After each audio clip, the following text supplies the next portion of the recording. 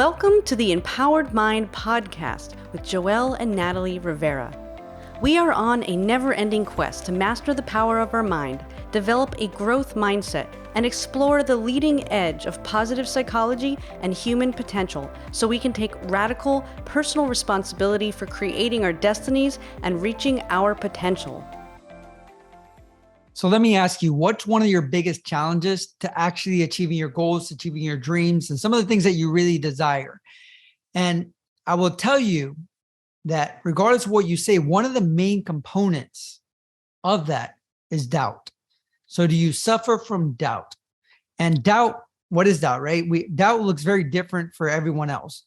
So it might look different from you, then it might look different for me. But it's that inner voice sometimes that jumps in and pops in, when you're trying to do something that tells you maybe you're not good enough, you're not intelligent enough, you're not resourceful enough. What happens if you go speak there and you freeze? And, all these different seeds that are planted to help you not actually do the things that you want to do, to stay stagnant, to stay limited in what you've already done and already created, and not actually move forward with the uncertainty that might happen if you're actually trying to create something new in your life. So the reality is that how do you then stop this doubt? Because the reality is you can't stop it completely, right? But you can minimize it, you can change it, you can change your view about it so it doesn't really impact you the way that it does for most people, right? Because really what separates most successful people and those that don't succeed in achieving their outcomes that they want to achieve is how they manage their doubt and what they actually do with that. And the first step is obviously awareness, right? You have to be aware of some of those words and some of those ideas that come to your mind. You have to be aware of other people around you that plant seeds of doubt. And the more awareness you can have, the easier it's going to be, because it's almost like shining that flashlight to darkness, right? So once you shine that flashlight, it's almost like you can make it a game. And for me, one of the things I used to do, for example, is that when the little voice came in the back, it's like, oh, I got you. And it's like, you're trying to be sneaky. And then I would like, okay, I got you. And then you would wait a couple more minutes and I would try to sneak back in there and I would catch it. And that for me was really empowering to be able to say, hey, I'm listening. I got you. Okay, let's talk about it, right? It's because sometimes, it's good to listen to that doubt, to see where it's coming from, to develop that awareness of what are some of the belief systems that are driving that doubt. Because maybe some of those belief systems are faulty. The reality is that they probably are, right? You're already creating that what if about the future that's negative, that's going to maybe, stop you from actually moving forward. And it could be you had a situation in your past that maybe you failed at something. You just have a bad perception of what failure is. Instead of looking at it for the learning experience that it was, now you're looking at it like an identity for you, right? So it's very important, again, to identify it, to become aware of it, listen to that voice, see what it's saying, so that you can better understand it, so that you can better know what you can do to shift it.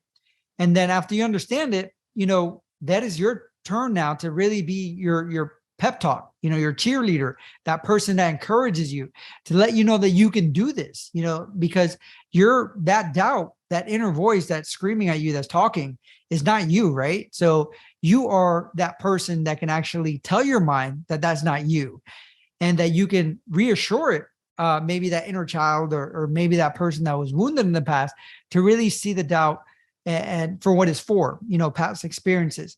So one of the things that I've always done is I've always found an anchor, right? And an anchor is something that reminds you of that power that you have from within, because everything in life, you can figure it out, right? So you might have had situations where you found a challenge and that you doubted yourself, that you didn't think it was possible. And you did it though. You found a way, whether it's to fix a relationship, whether it's a business, career, school, it could be something small. It could be something big. It could have been a challenge that you just had in your life that you overcame, an obstacle that, at that time it looked impossible that you could even overcome this obstacle, and you did it. So, those are things that I do for myself. And I encourage people to do, is that find these anchors. So when that inner voice starts talking, that you can go back to those anchors and say, wait a moment, but is that really true? Is that who I am?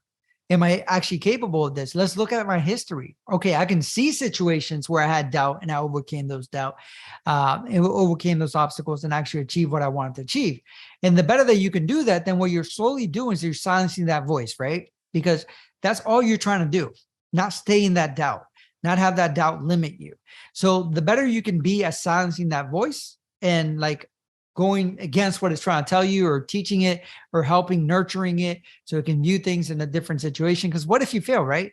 What if you mess up? What if you don't do it right? What if that business doesn't go right? Then you learn something, right? It's not such a negative thing, because that's just part of the journey of growth, is learning. So another aspect to think about is what actually differentiates people that are successful when it comes to doubt. Is there's a couple key components. The first one is really willing to take risk. So even though you have that doubt, you're still willing to take the next step and willing to take that risk, knowing that you might fail in the process. The other one is just that willingness to fail, right? So you're willing to take the risk of the uncertainty of that situation. And then you're also willing to then to fail and not personalize that failure. And another big part that really holds people back is really not caring what other people think.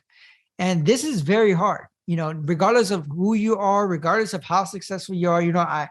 I know people that make, millions of dollars a year, that have a huge following and stuff like that. And they can't really even look at comments because, in social media, somebody writes a negative comment, it really like throws them off, right? They've been able to understand what basically impacts them when it comes to other people. And they've found a way around it, even though they haven't released it completely.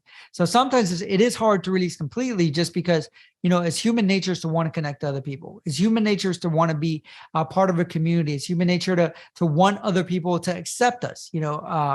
That's why conformity is such a powerful term in psychology, and how you can, there's been many studies of how people can conform to do things that they would never even think they would do, right? Or even, they have someone, a group of people, and in that group of people, they'll have everyone say something that's basically not there. Like they'll say 2 lines or 3 lines, and this one's the biggest one, even though anyone looking at it would see that that's a lie, right? And in the study, it showed that a lot of people would actually conform and say, yeah, that's true, even though they knew it wasn't true. And part of that, because they feel like maybe the person has more information, they want to fit in, they want to be part of the in group. So for all of us, it is very hard, but the easier, the better you get at realizing that you are the driver of your journey. At the end of the day, no one pays your bills, right? But you, for the most part, possibly. Nobody really decides or lives your experience of life. So if you don't go for your dreams, then that's up to you, right? At the end of the day, when you're in your death, you're not going to be like, well, at least, I'm glad I listened to John and didn't follow my dreams, right? And they might not be there to really say anything positive to you, or even be there to support you. But at the end of the day, it's your journey. You decide. You're in the driver's seat. It doesn't matter what other people think. Instead of wondering and caring what other people think, the important part is getting to the place where you recognize, be the example, right? Because when people try to create doubt in you, it is their own insecurities that's driving that doubt. Their own belief systems that maybe if you make it, what does that say about me? That I couldn't achieve my dreams, right? So, it's recognizing that they have their own insecurities, that it's not about you. Their doubt they're creating is about themselves. And that the best way that you can help them is not to follow their doubt and let them plant those seeds, and you be the example. Because as you achieve your goals, as you achieve your dreams, you're going to inspire everyone around you to do the same. And that is a critical part, that by you overcoming your challenges and your doubt, you're actually going to be empowering other people, and you're going to plant the seeds to other people that they can also do it. So again, when it comes to self-doubt, we all have it. So you can't eliminate it completely, but it's doing it anyways. And the first step, creating that self-awareness. Then after you create that self-awareness, understanding, what it's saying to you, what that inner voice, then being your own cheerleader, developing anchors so that you can maybe silence that voice a little bit, so you can slow down that voice, and then continue to feed the things that are helping you move away from that doubt. And then again, at the end of the day, embracing failure, taking the risk, and understanding that, people might not accept it. People might not encourage you, might create doubt, but at the end of the day, it's your life, and you need to stop caring what they think about your journey, because you're the one that has to live it. Thank you.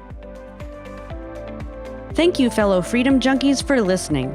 If you haven't already, be sure to subscribe. And if you want to help us grow, please rate and share this podcast.